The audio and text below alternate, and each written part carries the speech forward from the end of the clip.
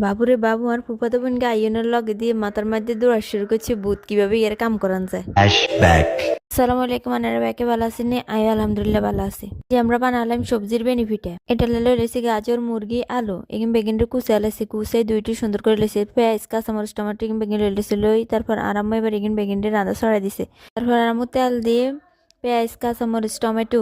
হলুদ জিরের গুঁড়া রসুন দারুচিনির গুঁড়া ইগিন বেগিন দিয়ে আরাম লাড়ি সাড়ি এবার দিয়ে দিছে মুরগি দিয়ে ইগিন বেগিনটা আবার ভালো করে কষা হলাইছে লাড়ি সাড়ি ভালো করে কষানি শেষ হয়েছে এবার আরাম দিয়ে দিছে সবজি ইগিন সবজি বেগিন ডালি দিয়ে এবার বেগিনের মশলার লগে মিশিয়ে আলাইছে লাড়ি সাড়ি তারপর দিয়ে দিছে ডাক সবজি গিন বেগিন হয়ে গেছে এবার আম্মু দিছে ধনিয়া তা দিগিন বেগিনটা আবার মিশিয়ে আলাইছে মিশিয়ে ভালো করে লাড়ি সাড়ি এর পরে দিয়ে ইগিনটা ঠান্ডা করার লাই রাখি দিছি আর ফুফাতো বোন আটা করে লই এনছে এবার আমরা দুনুকে বই গেছে এক এক করে বানাইতাম আর ফুফাতো বোন এক এক করে রুটি বেগুনটা বানা দিতে আছে আর আমি ডিজাইন করে এলাইতে আছি। আর এই পিঠা বানানোর উদ্দেশ্য হয়েছে যে হঠাৎ করে মেহমান আইলে যাতে হাতে বানানো নাস্তা লো যাতে দুশ্চিন্তা না করা লাগে এটার লাই আমরা এক এক করে বেগুন বানাই তারপর আমরা ডিপের মধ্যে এটা ফ্রোজেন করে রাখুম শুধু মেহমান আইলে যাতে ফ্রিজতুন নামাই ঝটপট এটার বাজি করে দিয়ে দিতে হারি। নর্মাল আটার বেনিফিটে বেগুন এক এক করে বানাই শেষ করে এলেছি এই পিঠা এগুন আরাম মুনি ফ্রিজে এক এক করে রাখি দিছে বুঝি নিয়ে দিয়ে আমরা আগে দিয়ে আবার আট আর্গেন করে রাখছি ফুড কালার দিয়ে